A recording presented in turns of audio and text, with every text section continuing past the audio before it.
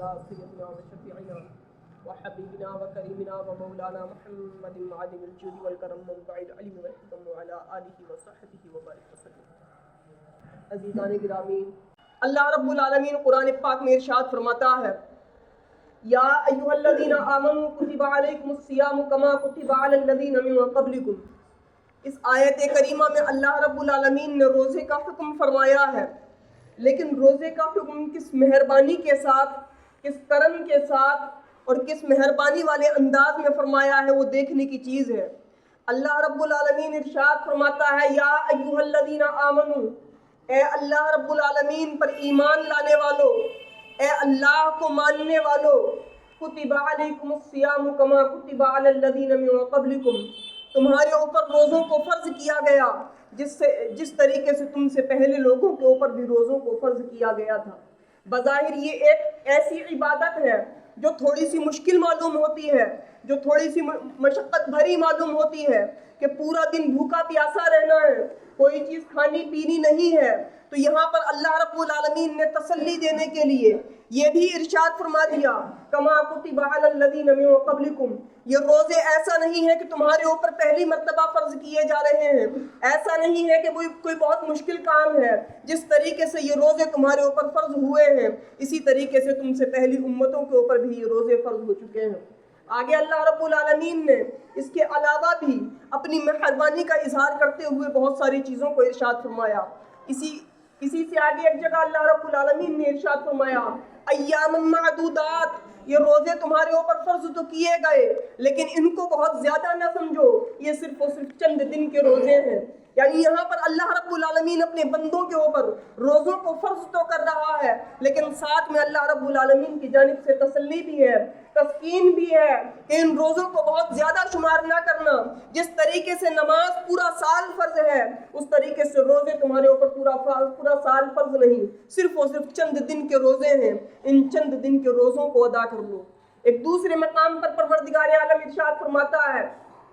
فَمَنْ كَانَ مِنْكُمْ مَرِيضًا أَوْ عَلَى سَفَرٍ فَعِدَّةٌ مِّنْ أَيَّامٍ أُخَرَ، روزے تو فرض کر دیے گئے لیکن ہو سکتا ہے کوئی بندہ ایسا ہو جو مریض ہو، جو مرض کی حالت میں ہو یا سفر کی حالت میں ہو۔ اب اگر وہ روزے نہ رکھ سکتا ہو، اس قدر اس کے سامنے پریشانی اور اس قدر مرض لاحق ہو کہ روزہ رکھنے سے اس کا مرض بڑھ جائے گا، سفر میں پریشانیاں آ جائیں گی، تو پروردگار عالم نے یہاں پر بھی آسانی پیدا فرما دی، ارشاد فرما دیا فَعِدَّةٌ مِّنْ أَيَّامٍ أُخَرَ، ان کو دوسرے دنوں میں ان کی تعداد کو پورا کر لینا۔ اللہ اکبر، اللہ رب العالمین حکم بھی ارشاد فرما رہا ہے لیکن ساتھ میں آسانیاں اور تسلیاں بھی دی جا رہی ہیں۔ لیکن یہاں پر مریضوں کے لیے آسانی تو پیدا کر دی گئی، سفر والوں کے لیے آسانی تو پیدا کر دی گئی۔ تھوڑا سا آگے بڑھ کے پروردگار عالم ارشاد فرماتا ہے وَمَن تَطَوَّعَ خَيْرًا فَهُوَ خَيْرٌ لَهُ، اگر کوئی شخص مریض ہونے کے باوجود بھی اگر طاقت ہے، سفر ہونے کے باوجود بھی روزہ رکھ لے فَهُوَ خَيْرٌ لَهُ، تو یہ اس کے لیے بہت زیادہ بہتر ہے۔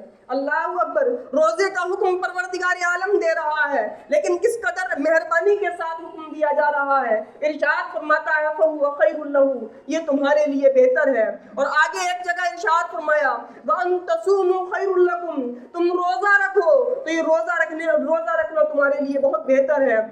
یہ روزہ رکھنا تمہارے لیے بہت بہتر ہے۔ تو عزیزان گرامی، یہ پروردگار عالم ہے جو چاہتا جس طریقے سے چاہتا حکم ارشاد فرما دیتا۔ ہم اس کے بندے ہیں، جو اس کا حکم ہے ہمیں ماننا، ہمارے لیے ماننا ضروری ہے، ہم کو اس کے حکم کی تعمیل کرنی ہوگی۔ لیکن پروردگار عالم کی کہ ایک طرف حکم بھی دیا جا رہا ہے، دوسری طرف تسلی بھی دی جا رہی ہے۔ اس کو اس طریقے سے بھی سمجھنے کی کوشش کریں کہ ایک باپ جب اپنے بچے کو تعلیم کے لیے لے کر جاتا ہے اور بچے کے اوپر اگر وہ شاخ گزر رہی ہوتی ہے تو بچے کو تسلی دیتا ہوا نظر آتا ہے بیٹا پریشان نہ ہو، تھوڑی سی دیر کے بعد تمہاری چھٹی ہو جائے گی، بس تمہیں تھوڑا سا وقت گزارنا ہے۔ تو یہاں پر اس سے کہیں زیادہ شفقت و مہربانی پروردگار عالم ارشاد فرماتا ہے ایام معدودات، یہ روزے کوئی بہت زیادہ نہیں ہے، یہ روزے صرف اور صرف چند دن کے روزے ہیں۔ دوسری طرف یہ بھی دیکھیں ایک باپ اپنے بچے کو جب لے کر جاتا ہے تو اس کو تسلیاں دیتا ہے اور اس کو آگے کی راہیں دکھاتا ہے،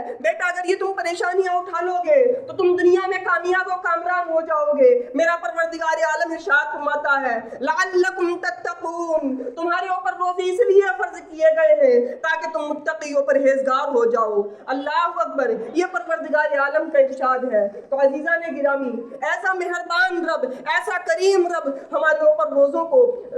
کو لازم کر رہا ہے، تو ہم سب کی بھی ذمہ داری ہے کہ ان روزوں کو کما حق ہو ادا کرتے ہوئے نظر آئیں۔ جیسا ان روزوں کو رکھنے کا حق ہے اس طریقے سے ان روزوں کو رکھیں۔ اور دیکھیں پیارے آقا علیہ السلام نے روزہ رکھنے والوں کے لیے کیا کچھ نہیں ارشاد فرمایا۔ آقا علیہ السلام نے ارشاد فرمایا للصائم فرحتان، روزہ رکھنے والے کے لیے دو خوشیاں ہوا کرتی ہیں،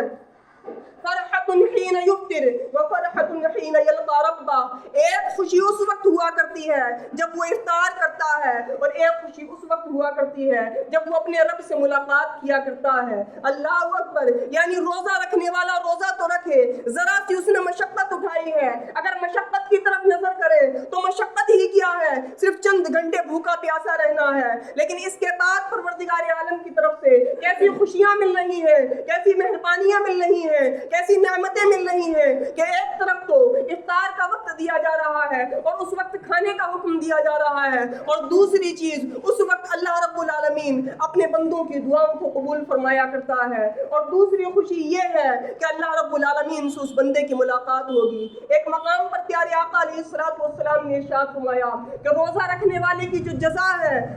بہت ساری جزاؤں کا حکم ہوا کہ ایسے لوگ ان نیکیوں پر یہ جزائیں ملیں گی، ان نیکیوں پر یہ جزائیں ملیں گی، لیکن جب روزے کا حکم آیا تو روزے کا حکم دیتے ہوئے آقا علیہ السلام نے اللہ رب العالمین کے فرمان کو ارشاد فرمایا کہ روزہ اس کی جزا میں خود دوں گا، یعنی باقی تمام نیکیوں کی تو جزا کو بیان کر دیا گیا، کسی نیکی پر 10 گنا ثواب دیا جا رہا ہے، کسی نیکی پر 700 گنا ثواب دیا جا رہا ہے، لیکن جب روزے کی باری آتی ہے، جب روزے کی فضیلت کا بیان آتا ہے تو پھر یہ نہیں کہا جاتا کہ اس پہ 10 گنا ثواب ملے گا، 100 گنا ثواب ملے گا، 700 گنا ثواب ملے گا، کسی چیز کا بیان نہیں ہے، بلکہ صاف صاف کہا جا رہا ہے کہ پروردگار عالم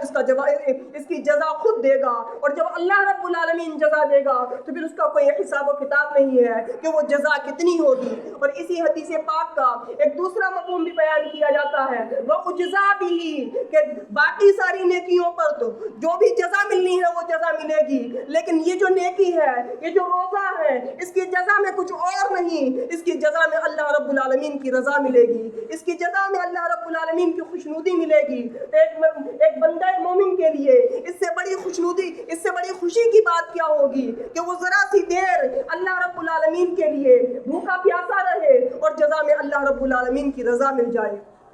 اور عزیزان گرامی، رضا بھی کیسی، اس کو بھی دیکھنے کی ضرورت ہے۔ اللہ رب العالمین روزہ رکھنے والوں سے کتنا راضی ہوتا ہے، کتنا خوش ہوتا ہے۔ ایک حدیث پاک میں اس چیز کا تذکرہ ہے کہ اللہ رب العالمین اپنے بندوں سے اتنا خوش ہوتا ہے کہ ایک روزہ دار کے منہ سے جو بو آتی ہے وہ بو بھی اللہ رب العالمین کے نزدیک مشک سے زیادہ محبوب اور پسندیدہ ہے۔ اللہ اکبر، اللہ کے نزدیک روزہ رکھنے والا کتنا پسندیدہ اور محبوب ہو گیا کہ منہ سے بو آ رہی ہے، لیکن وہ بو بھی اللہ رب العالمین کے نزدیک محبوب اور پسندیدہ ہے۔ اللہ اکبر، کیسی اللہ رب العالمین کا قرب ملتا ہے، کیسی اللہ رب العالمین کی رضا ملتی ہے۔ کیونکہ یہ جو عبادت ہے، یہ عبادت صحیح معنی میں ایسی عبادت ہے کہ بندہ تنہائیوں میں بھی ہوتا ہے، اکیلا بھی ہوتا ہے، اس وقت بھی اپنے رب کو یاد کرتا ہے، اور اسی لیے قرآن کریم میں ارشاد فرمایا گیا ہے لعلکم تتقون، تاکہ تم پرہیزگار ہو جاؤ، کیونکہ عبادت صحیح معنی میں عبادت ہی وہ ہے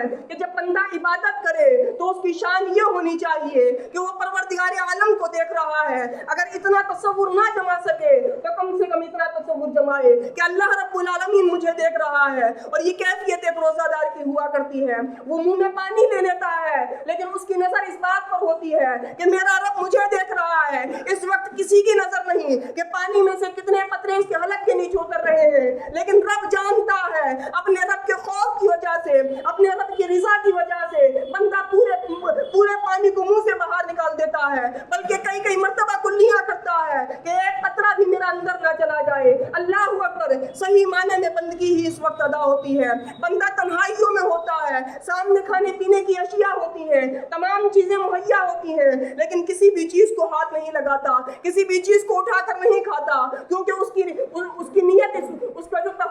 تصور ہے وہ اس بات پر ہے کہ میرا پروردگار عالم مجھ کو دیکھ رہا ہے۔ تو عزیزان گرامی، یہ جو روزہ ہے، یہ روزہ صحیح معنی میں ہم کو متقی بنانے کے لیے آیا ہے، یہ روزہ ہم کو پرہیزگار بنانے کے لیے آیا ہے کہ یہ چند دن تو ہم کو اس طریقے سے ملیں گے کہ ہم ان دنوں میں اللہ رب العالمین کے لیے روزہ رکھیں گے، اپنے رب کو یاد کریں گے، لیکن اگر صحیح معنی میں ہم نے اللہ رب العالمین کا صحیح تصور جما کر صحیح نیت کے ساتھ، خلوص نیت کے ساتھ اگر روزوں کو رکھ لیا، اپنے رب کا صحیح معنی میں تصور جمائے رہے، تو یہ چیزیں ہم کو اس وقت بھی پرہیزگار بنا دیں گی اور اس کے بعد بھی پرہیزگار بنا دیں گی۔ بس ضرورت اس بات کی ہے کہ جب ہم روزہ رکھیں تو روزہ رکھنے میں ہم کو اپنا رب یاد رہنا چاہیے۔ یہ نہ ہو کہ جس طریقے سے دوسرے لوگ روزہ رکھ رہے ہیں اسی طریقے سے ہم نے بھی روزہ رکھ لیا ہے۔ یہ نہ ہو کہ اگر ہم نے روزہ نہ رکھا تو لوگ کیا کہیں گے۔ صحیح معنی میں روزہ اسی وقت ہوگا جب اپنے رب کو راضی کرنے کے لیے روزہ ہو، اور اس وقت اور اس چیز کی طرف توجہ رہے کہ ہمارا رب ہم کو دیکھ رہا ہے۔ جب بھی انسان کو بھوک اور پیاس کا احساس ہو تو بھوک اور پیاس کے احساس کو دوسروں کے اوپر ظاہر نہ کرے، بلکہ اس بھوک اور پیاس کے وقت اپنے رب کو یاد رکھنے کی کوشش کرے کہ یہ ذرا سی بھوک اور پیاس پر اللہ رب العالمین مجھ کو کتنی نعمتوں سے نوازنے والا ہے، کتنی زیادہ نعمتوں سے نوازنے والا ہے۔ بلکہ یہاں تک آتا ہے کہ جنت میں ایک دروازہ ہی روزہ داروں کے لیے بنایا گیا ہے جس کو باب الریان کہا جاتا ہے، اور اس سے صرف اور صرف روزہ دار اس دروازے سے جنت میں داخل ہوں گے۔ یہاں بھی کیسا روزہ داروں کا اعزاز کیا جا رہا ہے، ان کو کتنی عزت و تکریم سے نوازا جا رہا ہے کہ جنت جیسی معزز جگہ میں بھی جس میں اسی طریقے سے اگر داخل کر دیا جاتا تو یہ بھی بہت بڑا انعام تھا، بہت بڑا اکرام تھا، لیکن روزہ داروں کے لیے اللہ رب العالمین نے خصوصی اکرام فرمایا اور ان کے لیے ایک دروازے کو خاص کر دیا کہ یہ دروازہ ہی روزہ داروں کے لیے ہے۔ تو عزیزان گرامی، یہ ہمارے روزے ہیں جن روزوں پر اتنی زیادہ ہم کو جزائیں ملنی ہیں، اس کے باوجود ہم میں سے کتنے لوگوں کا حال یہ ہے کہ ان روزوں سے صحیح معنی میں جو ہم کو